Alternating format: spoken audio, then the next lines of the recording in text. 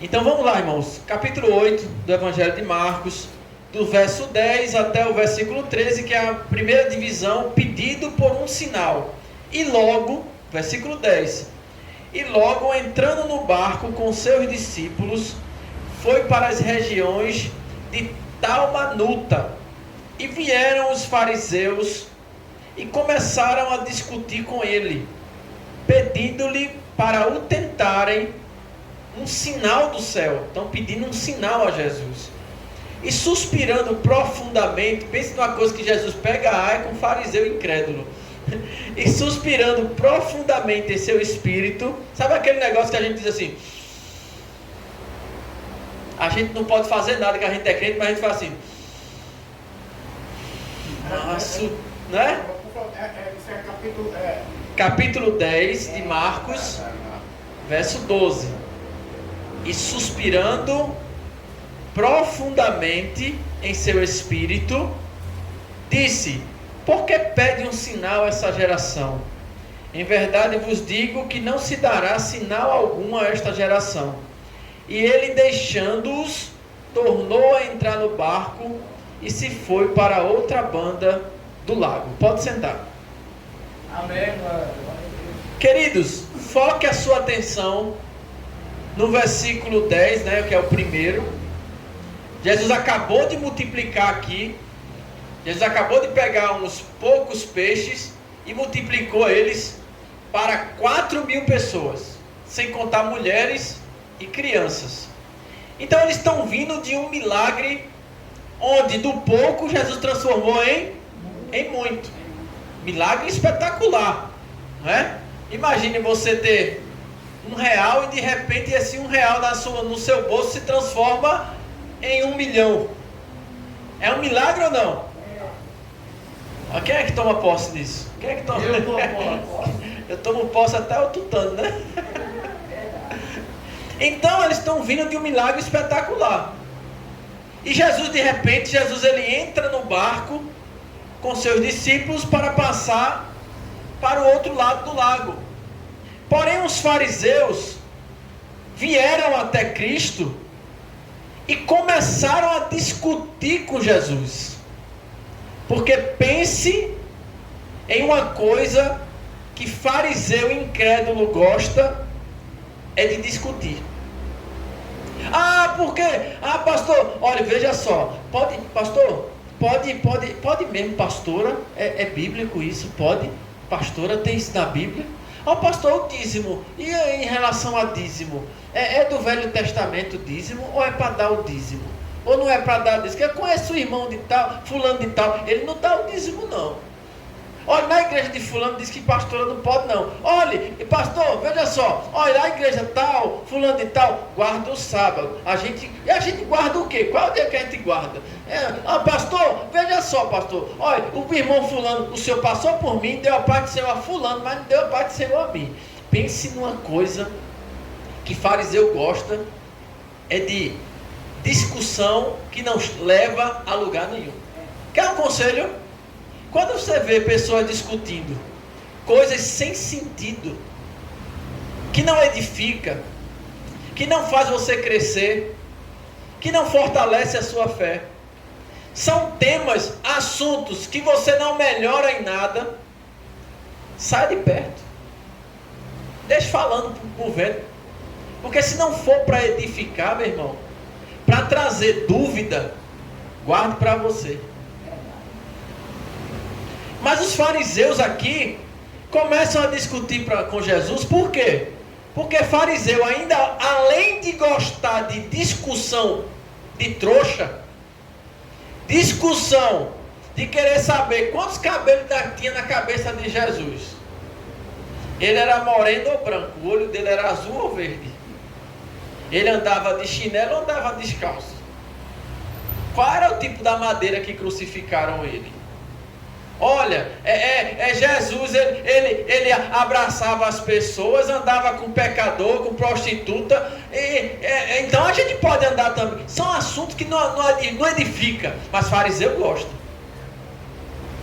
Fariseu, mas a igreja ali bate palma. Não, mas a igreja ali não pode usar saia. A igreja ali não pode usar calça. A igreja ali não pode usar brinco. A igreja ali não canta louvor, só canta hino da harpa e hino do cantor cristão. A igreja dali tem uns cultos que apaga a luz, a parede é preta e é cheia de bola e fumaça. A igreja...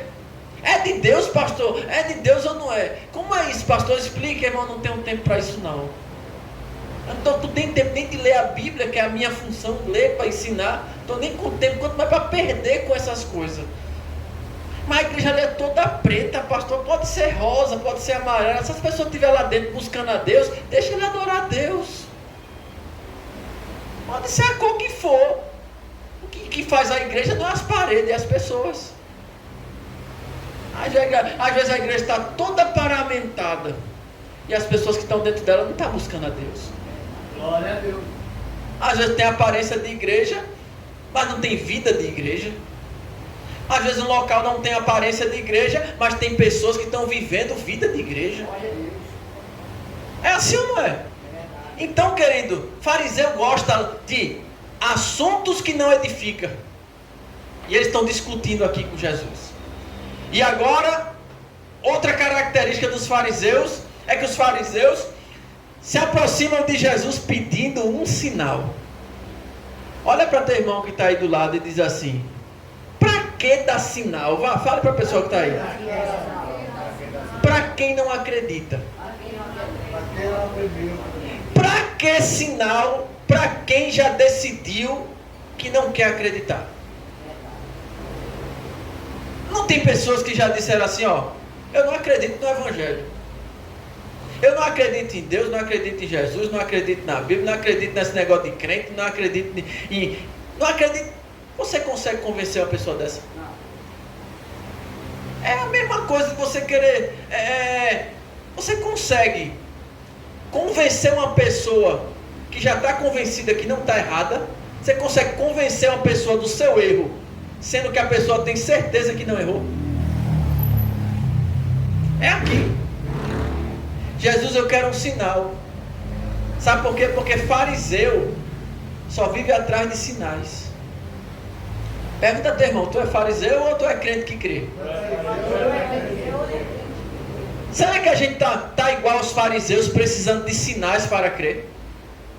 Olha, se Deus não falar comigo hoje na igreja, eu acho que Ele me abandonou. Olha, se Deus não falar comigo, olha, se Deus não usar um profeta, quantas vezes a gente vai para a igreja e fica caçando o profeta? É ou não é? Quero que Deus fale comigo. Vai para a igreja, já fica olhando assim para as irmãs do ciclo de oração, já olha para o irmão que dá glória, já fica olhando para o irmão que fala em mistério, como se dissesse assim, eu preciso que Deus fale comigo. Tem uma irmã que disse assim, eu estou indo para o culto porque eu vou ser revelada. Eu digo, e se você não for revelada? O culto não vai ser bom?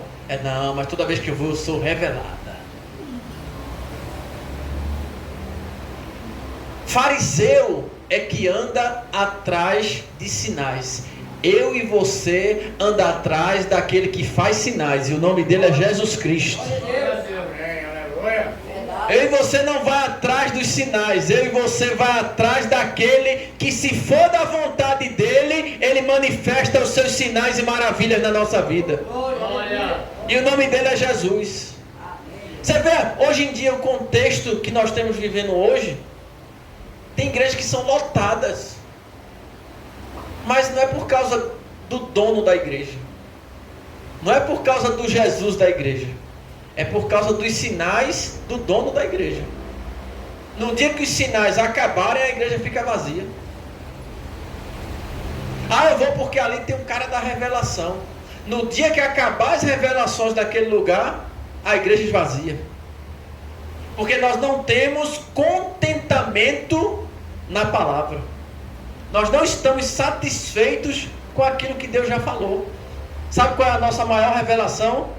É o que Deus revelou e continua revelando através da sua palavra. Tem gente que diz assim, Deus nunca mais falou comigo. Todo dia Ele fala com a gente. Todo dia Ele fala com a gente. A Bíblia é o único livro que você abre para ler e o autor está presente. Glória, aleluia. É o único.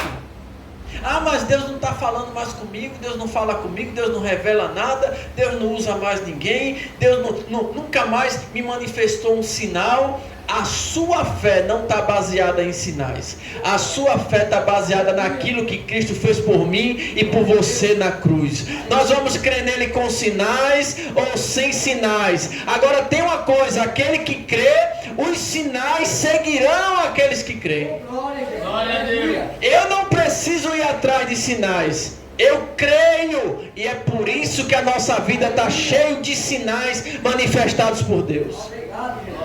Eu não preciso de sinal para quê? Para crer. Ele transformou minha vida, perdoou meus pecados, me tirou do mundo, do lamaçal, me fez nova criatura, me deu vida eterna, transformou meu coração, colocou a palavra dele na minha mente. Eu quero sinal maior do que esse. Eu não preciso de sinais para crer, e nem vou atrás de sinais. Os sinais é que vão atrás de mim. Amém. Então os fariseus estão aqui dizendo: Jesus, faz um sinal do céu para a gente. E quantos de nós estamos iguais aos fariseus? Indo para a igreja não para ir atrás de Jesus, mas para ir atrás de sinais. Eita, hoje eu vou naquele culto que Deus vai operar maravilha, vai ter cura, vai ter glória, vai ter manifestação, vai ter mover do Espírito. Está esse silêncio aqui, mas Deus está aqui. Glória.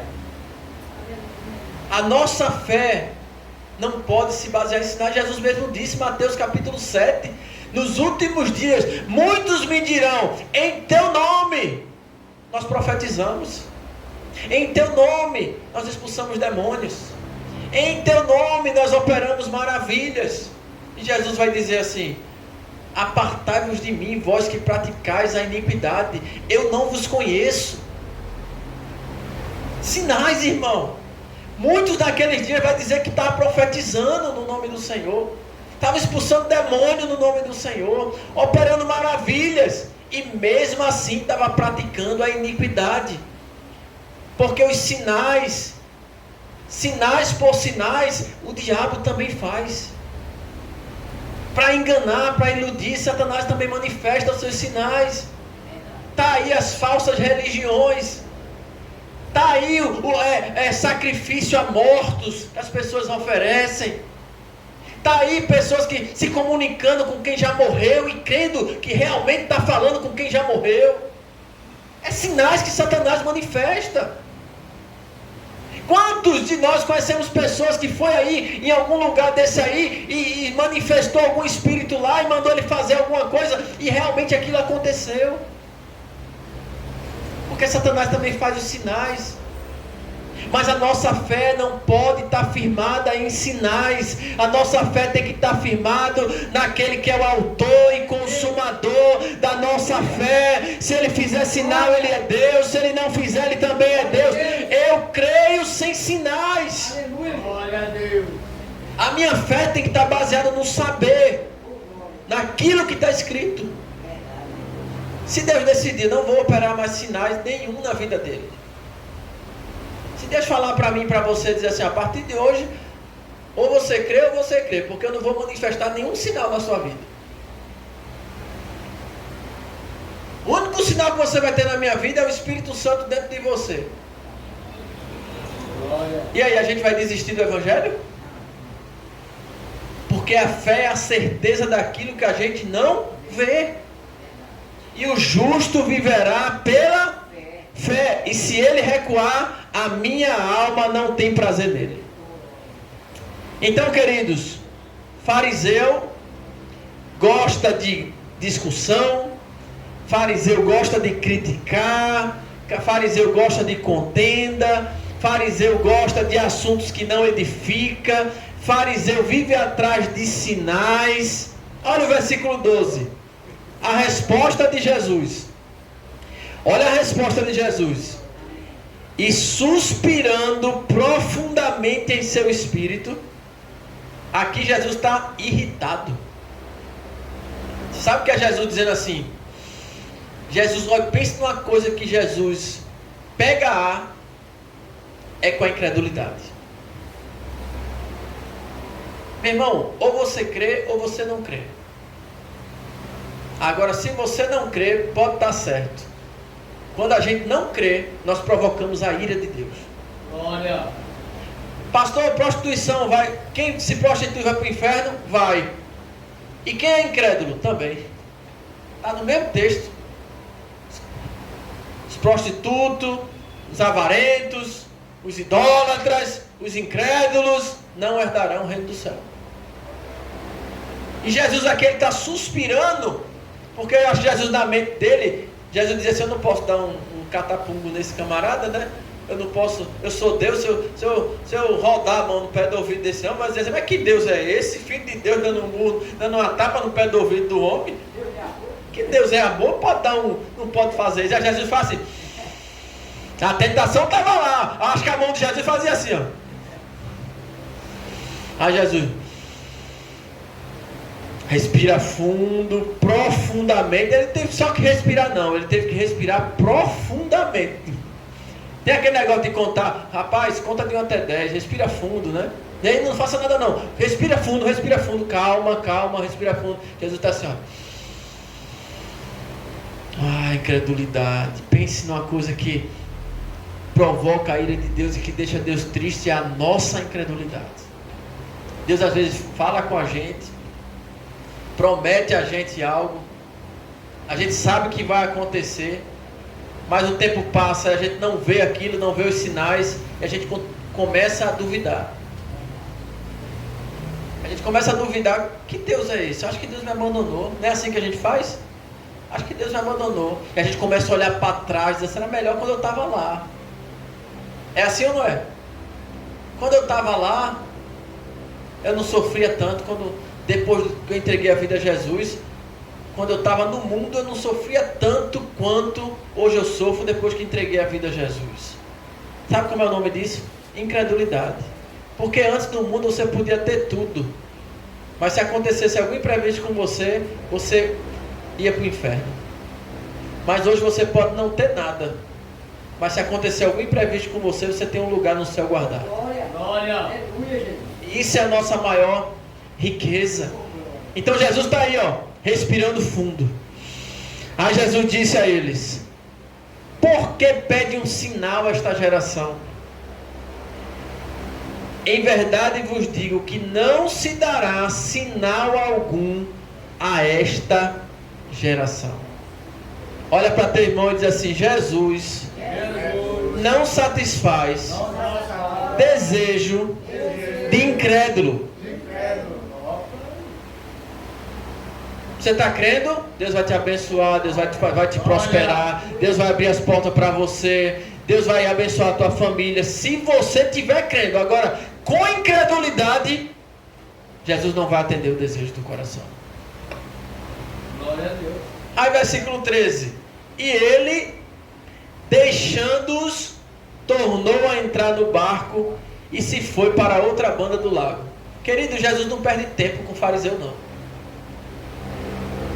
Jesus não perde tempo com quem não crê, irmão Marcos. Tem aquelas pessoas que dizem assim: todo pastor é ladrão. Quem já ouviu isso? Que nada.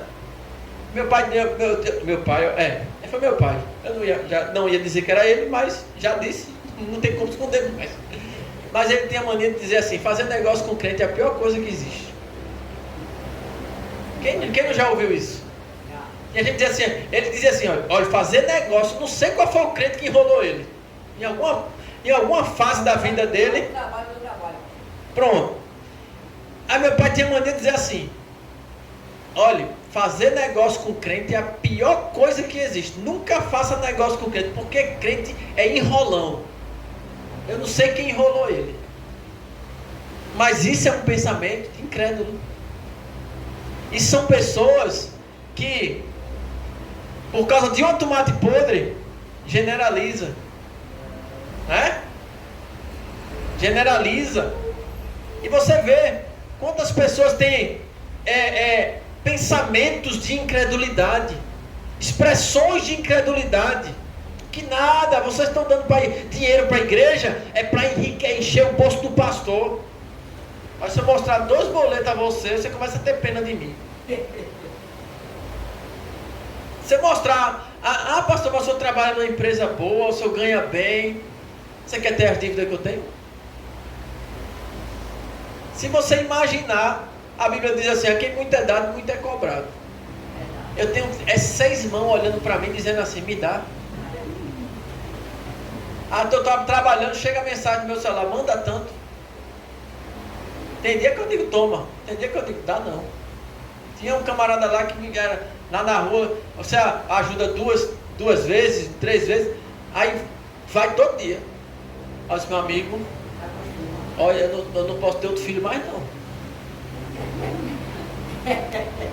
Posso não. E ele tinha mania de botar a cabeça assim, não. Botava a cabeça para saber se eu estava em casa, para levantar a cabeça e me chamar e me dê uma bolacha, me dê um café, me dê bombril. Depois que eu descobri que o bombril era para maconha, para droga, nunca mais o bombril saiu. Descobri que era para droga. Aí levantava a cabeça, eu digo, me bota um papelão aqui, ó. Porque não está dando certo não, porque ele está olhando para ver se eu estou e depois vai me chama. Aí, querido, nós precisamos entender que Deus, Ele não tem tempo para perder com quem é incrédulo. Até para a gente ser bom, a gente tem que pedir a Deus sabedoria. Para depois aquilo não se tornar um fardo para a gente. Um fardo. Olha como o 13 diz assim, e ele deixando-os. Jesus não perde muito tempo com fariseu. Deixa eu dar um conselho para você. Não perca tempo com fariseu. Não perca tempo com quem não acredita, com quem escarnece. Não perca tempo com quem vive escarnecendo a sua fé.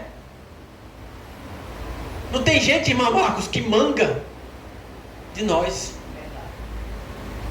Tem pessoas que escarnecem da igreja, escarnecem de nós pastores, escarnecem da nossa fé.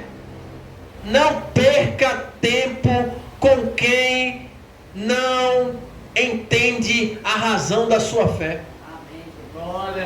Eu quero um sinal, faz um sinal. Não vou dar sinal, vamos embora para o barco, que eu não tenho tempo para perder com essa raça.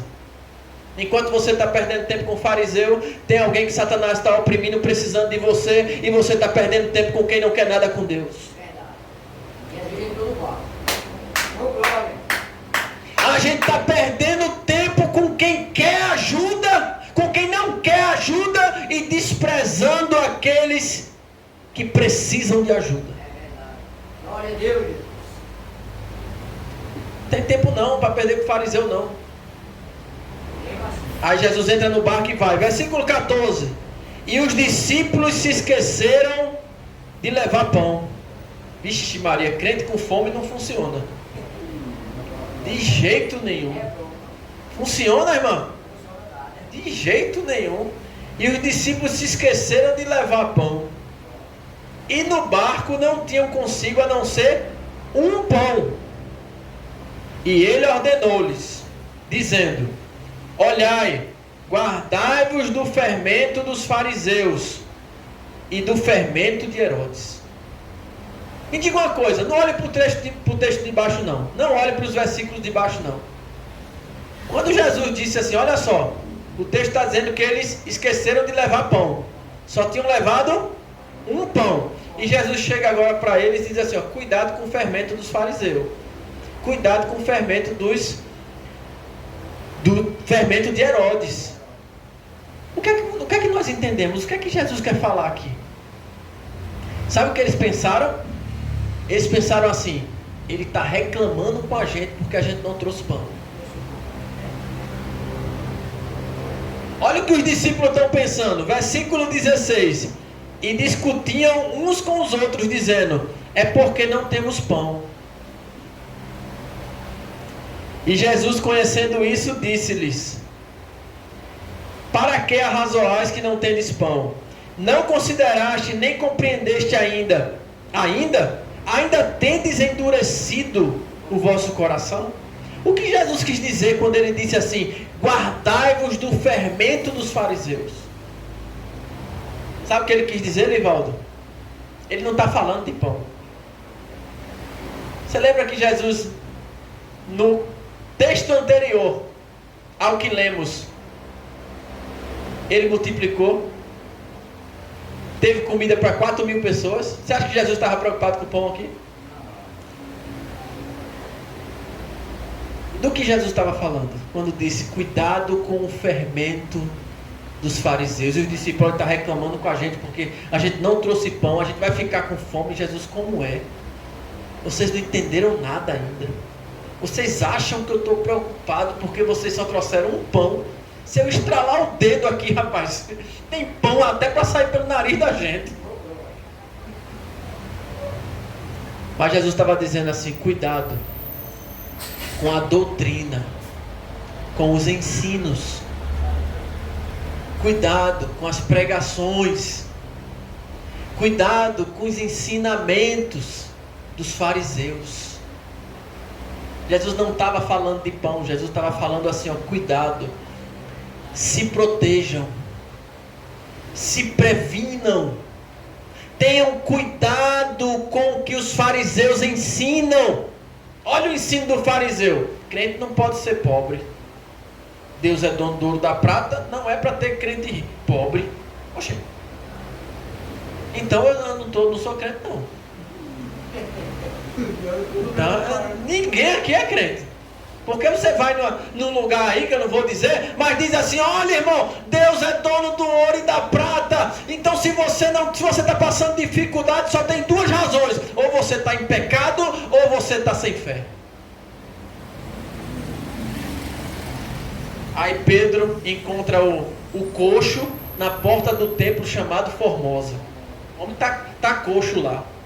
Aí Pedro chega, Pedro e João olha para ele, e ele olha para João como se dissesse: dá uma esmola, né?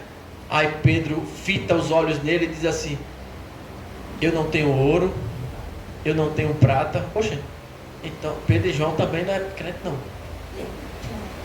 É crente não. Segundo esse ensinamento dos fariseus de que crente não pode ser pobre, porque Deus é dono do ouro e da prata, Pedro e João estão dizendo ao coxo: eu não tenho ouro, eu não tenho prata. Então Pedro e João também não é crente. Mas o que eu tenho, isso te dou. Em nome de Jesus Nazareno, levanta e anda. Aí o pregador que não estudou diz assim: levantou o cego Bartimeu. Glória! Glória! Glória! Ele ainda deu glória. Não foi Bartimeu não, foi o coxo. Bartimeu é o cego. Entendeu a pegadinha? Então, cuidado, olha para teu irmão que está do lado aí, cuidado com o que você ouve, cuidado de quem você ouve. Essa história, olha a doutrina de fariseu, olha o ensinamento de fariseu. Ensinamento de fariseu: dê 10 que Deus vai te dar 100. Quem é que não quer? Olha, uma barganha dessa, um lucro desse, 10 vezes mais, eu vou dar 10 e vou ganhar 100. Se você der 100, Deus vai lhe dar 1.000.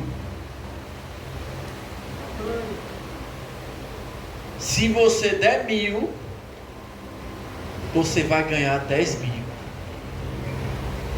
Aí as igrejas, ó, lotada. Por quê? Porque eu estou mexendo na tua ganância. Eu estou mexendo na tua ganância para fazer você barganhar com Deus. E normalmente eles usam o texto lá de Abraão com Isaac. É ou não é? Diz assim: Abraão sacrificou Isaac. Você tem que sacrificar o seu Isaac. É assim ou não é? Você tem que sacrificar o seu. Sacrifique o seu Isaac para Deus lhe abençoar. Sacrifique. Aí o camarada vai lá. Já vi até casamento acabar por causa disso. Já vi gente lutar na justiça para querer recuperar e não recupera mais não. Acho muito difícil. Porque a primeira coisa que o camarada diz é: olha, ninguém botou um revólver na cabeça dele para dar não. Ele deu de livre e espontânea vontade. Sacrifique o seu Isaac. Aí o camarada vai lá, tira até de onde não tem e sacrifica. Mas eles nunca dizem o final do texto, irmão Marcos,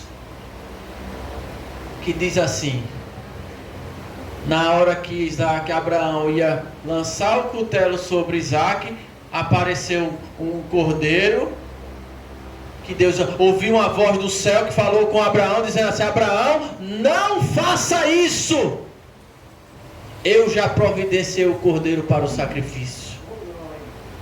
Eles não dizem que Abraão não sacrificou, porque senão fica ruim para o jogo, dá errado para a manipulação. Então olha para teu irmão e diz: cuidado com o fermento dos fariseus, cuidado com os ensinamentos dos fariseus, cuidado com a doutrina dos fariseus. Irmão, tem gente que quando não estuda a Bíblia, quando não lê Bíblia, escuta uma heresia e pensa que é a voz de Deus. Você está ouvindo uma heresia. Sabe o que é heresia? É um ensinamento errado, um ensinamento que não é bíblico. Aí quando você não conhece a palavra, você escuta uma heresia e pensa que é a voz de Deus. Mas Jesus está orientando a gente, dizendo assim, ó: cuidado com o fermento dos fariseus. Tem fariseu que está aqui na internet. Hoje em dia a tecnologia está, né? É os profetas falando nas redes sociais e está lá. Aí o camarada está: eu estou vendo homem, eu estou vendo homem. Aí está olhando aqui, ó, o nome do camarada, o CPF do camarada, o endereço. Eu estou vendo uma pessoa com o número de CPF, assim, assim, assim. E está tudo aqui, ó, informação embaixo. E ele lendo e falando. Aí os fariseus está tudo aí. E a gente às vezes... Olha, irmão, você tem que saber qual é a fonte que você está bebendo. Tem que saber de onde é a fonte. Não se iluda com paletó brilhoso, não se iluda com uma boa oratória, não se iluda com um discurso bonito, não se iluda com um pregador famoso, com um pregador que tem multidões que lhe seguem. Tem que saber a fonte. Às vezes a gente já cometeu alguns erros. A história vai nos ensinando no ministério. Às vezes a gente convida uma pessoa para pregar, e de repente a gente fica sabendo que a pessoa tem 3 mulheres lá fora. A gente fica sabendo que o camarada é um camarada que não tem testemunho, é sem caráter, mas chegou na igreja, pegou o microfone, pregou, falou em línguas estranhas. Teve um que disse assim para mim: tu é muito besta, vai fazer seminário, menino? Eu disse: eu vou. Futuramente tu vai estar com o teu carrinho, com a tua igreja, com a tua esposa, só andando para cima e para baixo, ganhando teu dinheiro, deixa de ser besta. Ele disse assim: eu estou indo agora para o Maranhão, estou voltando com 3.000. Tu está perdendo tempo, eu já falei para a pastora para investir em você. Vá-se embora fazer seminário para você ganhar dinheiro. Eu digo: ó, para aí, que alma. Teve um que disse assim: ó, venha me ajudar, eu vou lhe dar um valor, na medida que a igreja estiver crescendo, eu aumento. Aí eu disse: Jesus, se eu for, vou começar a fazer coisa para encher de gente só pensando no dinheiro. Começar a fazer coisa na igreja, fazer movimento para a igreja encher. Quando a igreja estiver cheia, eu digo: bora, aumenta meu dinheiro. Você está entendendo o que é fariseu? E Jesus está dizendo assim: cuidado. A primeira pergunta, que quando eu levei o caso para a pastora, o homem se apresentou dizendo que era empresário, que estava abrindo um ponto de pregação, já tinha tudo, queria um pastor certo, uma pessoa para tomar conta. A primeira pergunta que a pastora, quando eu levei para a pastora falou: pergunta ele qual é a igreja dele. Aí ele disse: eu não tenho igreja não, irmão, eu sou interdenominacional. Eu disse: já começa um negócio complicado por aí. Sou interdenominacional, não tenho denominação, não frequento denominação. Aí depois ele viu que caiu mal para ele falou assim: não, eu faço parte da igreja tal. Aí a pastora disse: Pergunte a ele se o pastor dele está sabendo que ele está alugando um ponto para montar uma igreja. Pergunte a ele se o pastor da igreja dele sabe. E se o pastor da igreja dele sabe, por que ele não abre um ponto em comunhão com o pastor dele para fazer a obra da igreja que ele faz parte crescer? Aí a máscara vai caindo. Olha para teu irmão e diz assim: se tiver fariseu aqui no nosso meio, Deus vai tirar a máscara. Amém. Quem é que acredita nessa palavra? Glória a Deus. Nós precisamos entender isso, irmão. Cuidado com o fermento. Jesus está dizendo assim, ó, cuidado com o ensinamento dos fariseus. Cuidado, essa história de crente não pode ficar doente. Porque se o crente ficar doente, é porque ele deu. É uma brecha que ele está dando, porque tem algum pecado na vida daquele crente. O crente não pode adoecer. Olha que ensinamento. Então nós precisamos entender de que fonte nós estamos tomando. Cuidado com essa história de ficar visitando igreja. Vai uma, vai em outra, vai em outra, vai em outra e vai em outra. Aí de repente tua mente está uma salada que tu não sabe nem se vai para o céu mais, se vai para o inferno, porque tu escutou uma coisa ali, escutou outra coisa ali, escuta outra aqui, um fala assim, outro fala assim. De repente a gente não sabe mais de nada. A mente confusa. Diga amém. Amém. Diga glória a Deus. Glória. Então cuidado com o fermento dos fariseus. Olha o verso 18. Olha Jesus falando ainda para os fariseus. Tendo olhos, não vedes? Falando para os discípulos, perdão. Falando para os discípulos. Tendo olhos, não vedes? E tendo ouvidos, não ouvis? E não vos lembrais? Olha, irmão, menos de 20 versículos atrás, Jesus multiplicou pão e peixe. O episódio anterior. Antes do versículo 10, Jesus está dizendo, vocês não lembram mais? Jesus faz um negócio aqui hoje na nossa vida, passa uns dias, a gente já começa a reclamar porque já esqueceu o que Jesus fez atrás. É assim ou não é? Jesus mandou a provisão, você estava endividado, querendo pagar uma dívida, Jesus foi lá e mandou. Aí agora você está precisando de novo. Aí você começa a reclamar, murmurar, pensar que Deus está abandonando, pensando que Deus esqueceu de você. Aí porque já passou alguns dias, você esqueceu que Deus mandou a provisão uns dias atrás.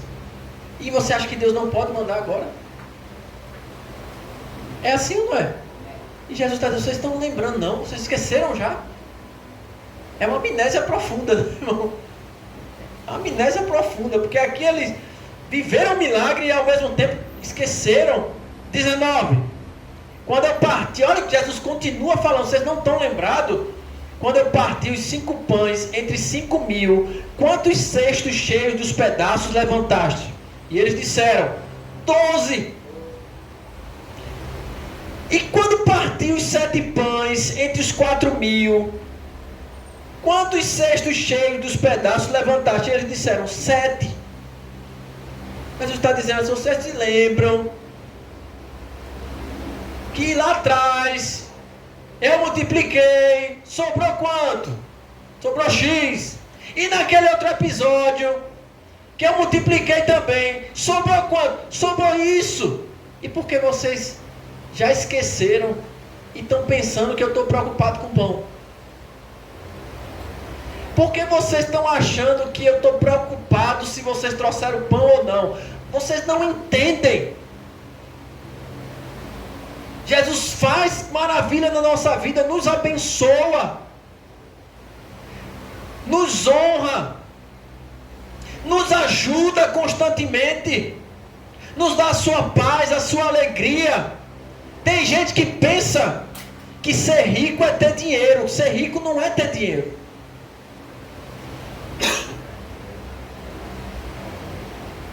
Ser rico é ter paz. Oh, glória. Aleluia. Ser rico é ter harmonia dentro de casa. Aí ele continua no 21, e ele disse-lhes: como não entendeis ainda?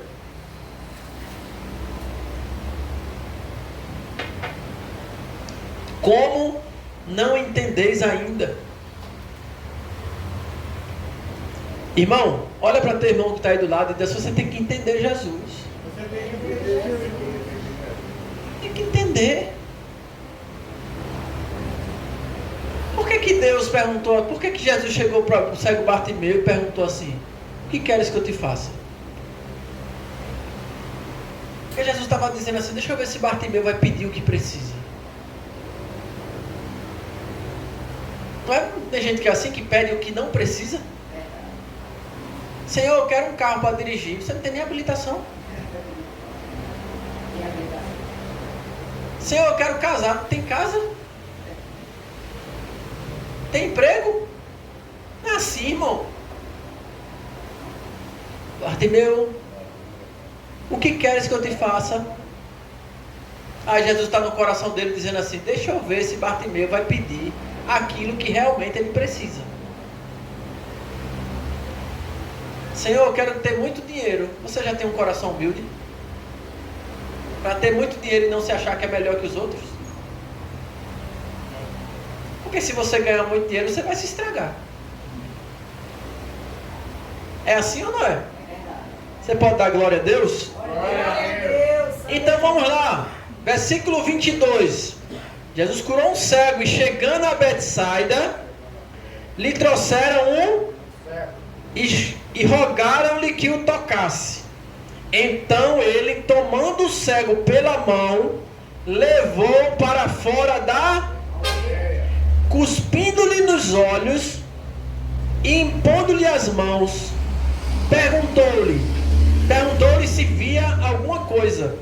E levantando ele os olhos, disse: vejo os homens, pois os vejo como árvores que andam. Depois tornou a pôr-lhe suas mãos nos olhos, e ele, olhando firmemente, ficou restabelecido e já via ao longe e distintamente a todos, e mandou para sua casa, dizendo: não entres na aldeia, nem o digas a ninguém, e nem o digas a ninguém da aldeia. Tem um mistério aqui muito interessante. Lá atrás, em Mateus capítulo 11, Jesus tinha dito assim: ai de ti, Betsaida, porque se em você, se em outra cidade, em Tiro, se eu não estou enganado, tivesse acontecido os mesmos milagres que aconteceu em você, eles teriam se arrependido. Ou seja, Jesus tinha amaldiçoado a cidade de Betsaida, que é essa aldeia. Posso perguntar? Pode? Não foi Sodoma e Gomorra não, que ele disse: ai de vocês que não foram... Embaixo desse texto. Embaixo. Se lê Marcos 11, primeiro ele fala de Betsaida, e depois ele vai falar de Sodoma e Gomorra. Marcos 11, 21. Mateus 11, 21. Né? Se a gente for ver aqui, vamos voltar lá para a gente confirmar. Mateus 11. Não, mas é só para a gente ver aqui o texto. Mateus 11. Vamos lá. Olha, 21 ele primeiro diz assim: ai de ti, Corazim, ai de ti, Betsaida. Se em Tiro e Sidom fossem feitas as maravilhas que foram feitas em vós, há muito que se teriam arrependido com pano de saco e com cinza. Portanto vos digo que haverá menos rigor para Tiro e para Sidom no dia de juízo do que para vós. Aí depois ele diz: e tu, Cafarnaum, que te ergues até os céus, até o inferno serás abatida. Porque se em Sodoma se tivessem sido feitas as maravilhas que foram feitas em ti, teria ela permanecido até o dia de hoje. Porém eu vos digo que haverá menos rigor para a terra de Sodoma no dia do juízo do que para ti. Olha só, Jesus tinha amaldiçoado Betsaida. Aí Jesus diz assim: chega lá na aldeia de Betsaida, pega na mão, ou seja, Betsaida é um local de incredulidade. Betsaida é um local onde as pessoas não se arrependeram, mesmo após ver todos os sinais que Jesus fez, eles não se arrependeram. Deixa eu dizer um negócio a você: sabe o que é que está levando muita gente para o inferno? não é o pecado, é a falta de arrependimento. A pessoa peca, mas o que leva a pessoa para o inferno não é o pecado, é a falta de arrependimento.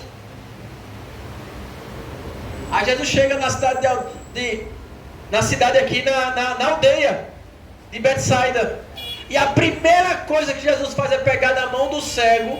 Trazem um cego para ele pega na mão do cego e tira ele da aldeia. Sabe por quê? Porque Jesus não pode operar milagres onde tem incredulidade, onde tem falta de arrependimento, onde as pessoas não querem nada com Deus. Aí Jesus tira ele da aldeia, toca, cospe nos seus olhos, impõe as mãos sobre ele e, levantando os olhos, disse a ele, perguntou a ele: você está vendo alguma coisa? E ele, levantando os olhos, disse: eu estou vendo homens como árvores. Estava embaçada a vista. Deixa eu dizer um negócio a você. Tem curas na nossa vida que é um processo. Você já parou para pensar? Jesus podia curar esse cego com uma só palavra, sim ou não? Ou só tocando com a mão? O que é que você tem? Ah, Jesus, um cego aqui, fique bom. Não foi assim com o Bartimeu? Jesus, filho de Davi, manda trazer ele. O que queres que eu te faça? Eu quero ver. Vê, tua fé te curou. Na mesma hora, vê, tua fé. Aqui não, Jesus. Pega ele pela mão. Olha o processo. Pega na mão. Tira da aldeia. Cospe no olho. Toca nele. Pergunta: tá vendo? Não tô vendo. Tá camuflado. Tá tudo embaçado. Aí Jesus de novo, depois tocou novamente nele, e aí ele começou a ver tudo nitidamente. Mas veja um processo. A uns, Jesus cura rápido, é instantâneo. A outros, é um processo. E tem uma coisa: quando nós estamos no processo de Deus, nem sempre a gente entende. Imagine o conflito na mente desse cego. Para que me tirar da aldeia? Para que cuspir nos meus olhos? Para que tocar em mim? E eu ainda não estou curado. Estou vendo tudo embaçado. Depois desse processo todo, ainda está tudo embaçado. Você tem que entender que tem coisas na nossa vida que acontecem de forma instantânea, mas tem coisas na nossa vida que acontecem de forma gradual. É um processo de Deus. E nem sempre eu e você precisa entender os processos de Deus na nossa vida. Nós precisamos crer, aceitar e deixar Deus nos levar no processo. Confiar que Deus está no controle do processo. Uma coisa é certa: esse homem foi curado. Aí Jesus, olha que coisa interessante, versículo 26, e mandou para a sua casa, dizendo: olha como Jesus está cuidando desse homem. Não entres. Olha o que Jesus diz para ele. Conselho de Jesus: primeiro, vá para a sua casa. Sabe por quê? Primeiro ministério na sua vida não é na igreja, é dentro da sua casa. Local mais difícil de eu e você mostrar Deus na vida é dentro da nossa casa. Porque é dentro da nossa casa que se revela quem realmente nós somos. Quem me conhece não é a igreja. Quem me conhece é a minha esposa. Quem me conhece é os meus filhos. É na nossa casa que os nossos vícios se manifestam. Né? Tem gente que é um santinho na igreja, mas em casa se revela quem é. Então, queridos, Jesus diz: vai para a sua casa. Aí depois Jesus diz assim: não entres na aldeia. Por que Jesus disse para ele não entrar na aldeia? Sabe por quê, Livaldo? Porque a cegueira dele era proveniente do ambiente que ele estava inserido. Eita! Olha para teu irmão e diz assim: tem ambientes que não pertencem a você. Tem ambientes que você tem que sair do meio para Jesus te abençoar. Tem ambientes que não é de Deus para você e você precisa romper com esse ambiente. Glória a Deus. Não voltes para a aldeia. Não volte para aquilo que tirava a tua cegueira, tua visão. Porque a razão da cegueira daquele homem era a aldeia. Tem gente que Jesus libertou de Sodoma, mas Sodoma não sai do sujeito. A mulher de Ló saiu de Sodoma, mas Sodoma não saiu dela. O povo de Israel saiu do Egito, mas o Egito não saiu do povo de Israel.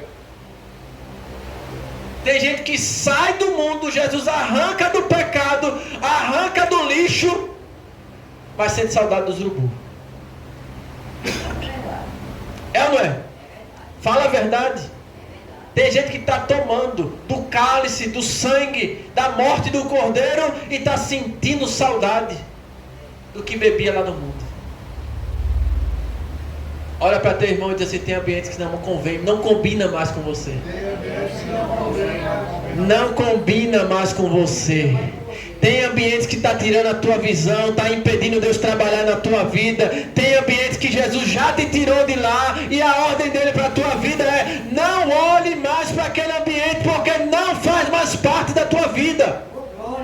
Saudade do Egito. Irmão, você tem saudade daquilo que me matava? Saudade daquilo que me escravizava. Tem gente que Jesus libertou, mas está com saudade das correntes. Tem gente que Jesus já curou, mas está com saudade da doença. Tem pessoas, irmão Marcos, que Jesus já transformou, já fez nova criatura, mas está sentindo falta dos lugares nojentos que frequentava. É assim ou não é? Tem gente que começa a falar do passado, vai dar o testemunho da pessoa, conta mais o passado do que o que Jesus fez. Ah, eu matei, eu roubei, eu usava droga, eu era gay, eu fazia não sei o que, eu matava, eu roubei minha mãe, matei meu pai, matei meus filhos, arrumei, casei não sei quantas vezes. Eu digo, meu filho, é um testemunho do que Jesus fez, não é o que o diabo fazia não. É um testemunho para dizer o que Jesus fez, certo? Conte. Você era assim, assim, assim, mas conte muito mais. Sim, o que foi que Jesus fez? Aí quando vai falar o que Jesus fez, um negócio desse tamanho assim. Jesus me salvou e sem inspiração nenhuma. E o povo, o pior que tem não é quem conta, irmão Marcos, é o povo dando glória pelas misérias que o cara era. Eu matava, eu roubava, o povo, aleluia, glória, Jesus me salvou. O pastor Jeconias conta uma história engraçada. Vou terminar agora. Ele disse que chegou na igreja e todo mundo contava o testemunho. Aí um dizia assim: eu matava, eu roubava, e o povo enchia a igreja de glória. Era glória a Deus, aleluia. Irmão, eu fazia isso, eu mentia, eu era mau caráter, eu fazia, pintava e bordava, Satanás tinha inveja da minha maldade. Aí o povo pegava, dava glória, dava aleluia. Aí chegou a vez do pastor Jeconias. Aí ele falou assim: irmão, não fiz nada disso. Eu fui nascido e criado na igreja. Jesus me chamou, tinha tantos anos, entrei no ministério, Jesus me salvou, mas eu não matei, eu não roubei, eu nunca usei droga. Graças a Deus, louvado seja o nome do Senhor. A igreja não dava um pio. A igreja ninguém dava glória, ninguém dava aleluia, porque para dar glória e aleluia o cara tem que contar miséria. Você está entendendo que tem coisas que não glorificam a Deus? É um testemunho ou é um testemunho, né? Como a pessoa está dizendo, né? As pessoas dizem: é um testemunho. Você conta muito do que você era, que Satanás fazia, e conta bem pouquinho daquilo que Deus fez. Percebeu isso que é assim? Então, queridos, não volte para a aldeia. Não volte para aquele lugar que Jesus já te tirou. Levante a mão para dar glória a Deus. Abra a boca para adorar Jesus. Glorifique a Jesus. Amém? Repita assim comigo: para a aldeia eu não volto mais. Para a aldeia eu não volto mais. Satanás, você pode ranger os dentes, mas para a aldeia eu não volto mais. Aleluia. Fique de pé para a gente encerrar.